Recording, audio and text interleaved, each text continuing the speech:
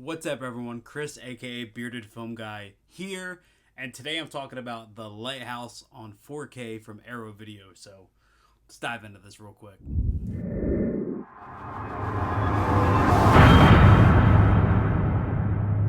I know a lot of people out there had a pretty similar reaction to the announcement of Arrow putting out a 4K of the Lighthouse as I did. Initially came the announcement of the A24 shop exclusive, which I actually have right here. So A24 announced a 4K of the Lighthouse via this version right here. It's pretty cool. If you open it up, it's got a couple art cards, not art, but it's got like some page. It's really hard to get out. But this is the front here of the A24 shop exclusive here in the US. And then if you open it up, it's got like storyboard elements and stuff like that in it. And I'm a fan of what A24 is doing with these art releases. But, you know, I was a little disappointed that you didn't really get much of anything new, right? It just kind of felt like A24, throwing some storyboards and some art and, did their little thing to it. And the $45 price tag, I was like, I don't really feel like I got my money's worth, to be 100% honest with you. Maybe that's just me. Maybe you're different. That's fine.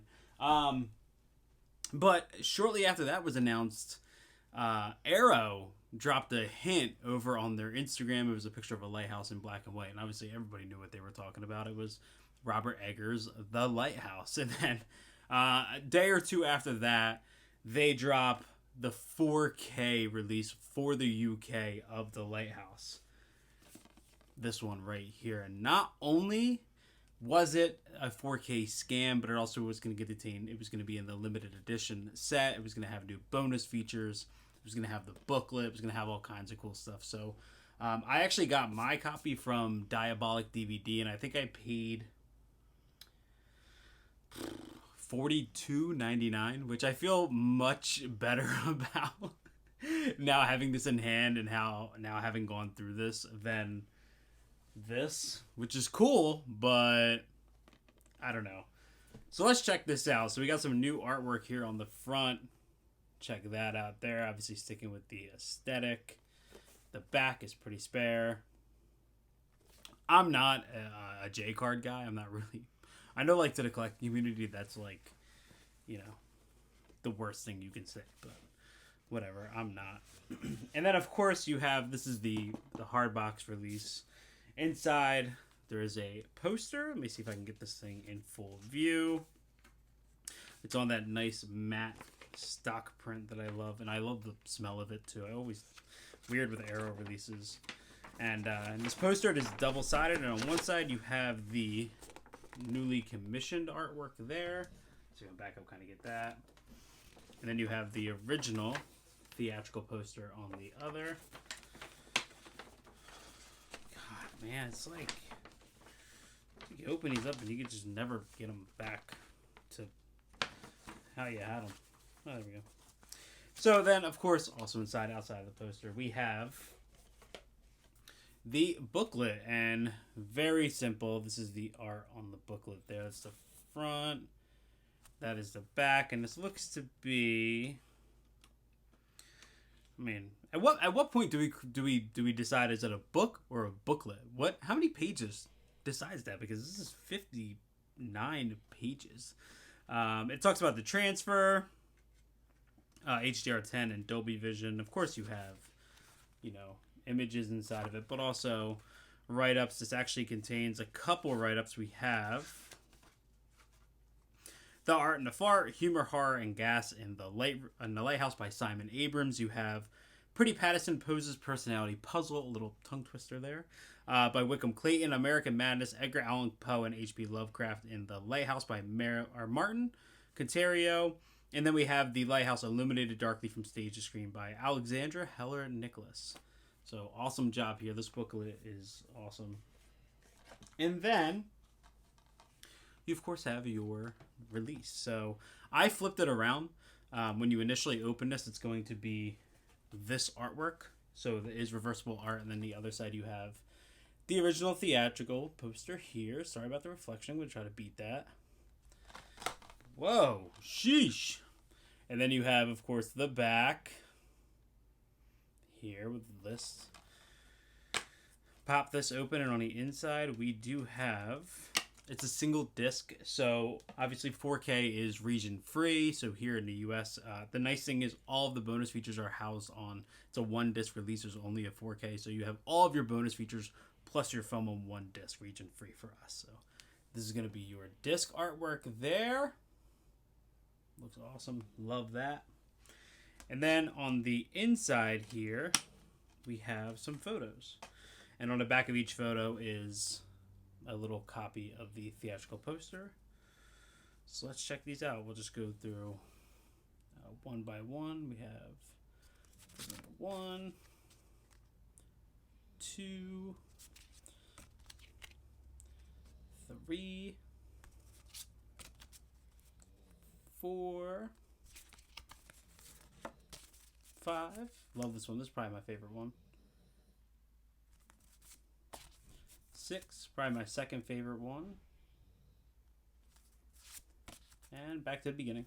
So these are nice. They're thick cardstock, very good quality. If you collect Arrow Video or are a big fan of Arrow Video like I am, then you'll be familiar with the quality put forward here. Now, as far as the Lighthouse goes on 4K, Robert Eggers, see, he's 3 films out. Second Slate Films released The Witch, and it looks fantastic in 4K. It doesn't really need this whole like brand new transfer. I think it really just needed some support because of the HDR and stuff like that. It really just needed a little bit of a boost, you know what I mean? And that's kind of how The Witch went. The Witch looked fantastic on 4K. And same thing goes with The Lighthouse. So the actual upgrade to support the HDR and stuff was actually supported by the cinematographer. He was the one who actually worked on the transfer, worked on the new grading. So it is extremely similar to the Blu-ray. And the crazy thing is about The Lighthouse was it was actually shot on a very, very, very slow film stock. So the lighting that we see in the film on set had to be extraordinarily bright to show up on film. And really, they didn't know how it was going to come out because they didn't really have the ability to see the final product. So for example, in the documentary, they talk about how a light source and a lamp in a room, for instance, that you see in the film would be supporting a 600 to 800 watt bulb. And it was so bright that there was actually cast and crew wearing sunglasses on set. That's how bright, these light sources were. And then in the scene where Willem Dafoe is at the top of the lighthouse and he's shirtless and kind of, the light is moving past him, he actually had to wear like a tanning cream to prevent from being sunburned by just the strength of the bulb. And that's what was required to support the lighting in the film. So the film is obviously in black and white. It's in 1:9, and the 4K just amplifies those black levels and creates a whole new depth that I feel like the Blu-ray got, but it didn't really like. There was a little bit more it needed, and the 4K really pushes through. Obviously, the light typically comes from single sources on the inside scenes, some of the darker scenes. It's the light in the center of the table that Thomas and Thomas eat dinner at. It's these little light sources, and it just illuminates so well. And I'm not going to say you need to upgrade to 4K because I don't think you need to. I personally loved my Blu-ray copy. I thought it looked great. And some people might say, why do you even need a 4K? It's just a dirty black and white movie. And honestly, if I didn't watch this, I would probably be supporting that. I'd probably be like, yeah, I don't understand either. But the 4K just adds that level of darkness that's needed. The highlights in the outside scene, you can still see some shadow or some detail in the clouds.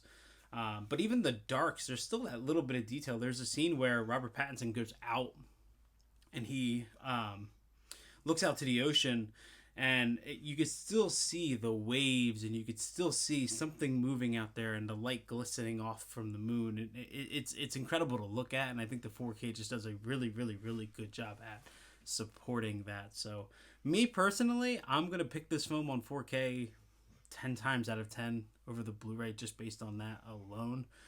Expect really, really, really punishingly black levels. The highlights are bright. There's a contrast that's just so well. It looks so great. I'll try to throw up images if I can. If I could try to find some that really like get the feel I'm talking about. But outside of just how great the movie looks, you also have the arrow treatment, and in this, it's actually called. Let me tell you the name of it. There was a documentary attached to the original Blu-ray, and it was called Dark and Stormy Tale. It was a 37-minute long 3-part documentary, and in this, you actually have a brand new documentary called Art of Darkness. It runs about an hour and 11 minutes, so it's about 71 minutes. And if I remember correctly, it's 7 or 8 chapters long, and it goes from pre-production to shooting, and it just covers all of the aspects of the movie that I wanted and cared about. It doesn't feel so long, like it's so overloaded with information that you're just kind of like, okay, I'm out of this. But perfect length. The cinematographer was featured. You have the production designer, costume designer. Even dives into the myths and the lores. The last kind of the last chapter before the outro really just deep dives into all of the mythical art, all the mythical work that went into this and the characters and its relation to history and Greek gods. And it's really kind of goes in depth really, really, really well, but it doesn't overstay its welcome. It does a really, really, really nice job at just giving me all the information I could possibly want, and I was super happy with that, especially compared to the Dark and Stormy Tale documentary, which I liked, I didn't love. And that is featured on here as well, but you also have a brand new visual essay by author and critic Kat Ellinger, and that is called The Lighthouse Next Door. It's very good. It's about 20 minutes long, kind of dives into the folklore and the characters a little bit. But as far as I know, those are the new stuff.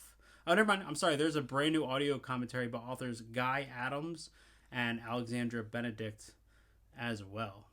So, really, really, really cool release here. Me personally, as somebody who now owns both 4K releases, both the US from the A24 shop and the Arrow release, this is the definitive Lighthouse release. And I really thought this was going to be more of like a kind of expected second sight to pick this up, but I'm definitely not disappointed that Arrow came through and pulled this out of the back pocket. I thought it was a great announcement. I was super happy that Diabolic had it in stock and ready to go. If I remember correctly, it's actually still in stock, and it's a great price. So do yourself a favor. I highly recommend this. Again, it is region free. It's 4K. It has all the bonus features on the disc as well. So absolutely incredible release. If you're a fan of The Lighthouse like I am, it is a 5-star film for me. If you're a fan of Robert Eggers, this is kind of up there of the best we're probably ever going to get for this movie. I think that this is the release the film deserves, and it's worthy of the very high praise that I'm giving it. So if you own The Lighthouse on 4K, do me a favor, comment down below. Let me know if you were a fan of what they put together here. Also, let me know, do you prefer the A24 shop exclusive, or do you prefer the Arrow UK release, the 4K? Because I don't own all of those A24 shop exclusives, so I don't really have an attachment to that style. I think the only other of the big releases I have is Midsummer. So I'm not really attached to needing those, though I still like it as a release, right? And that's the cool thing about collectors. We can own multiples of everything, and nobody can tell us that we can't. So do me a favor, go ahead over on Instagram, follow me over there. That is Beardedfilmguy. Other than that, thanks for hanging out. I hope you enjoyed this review of The Lighthouse, and I'll catch y'all later.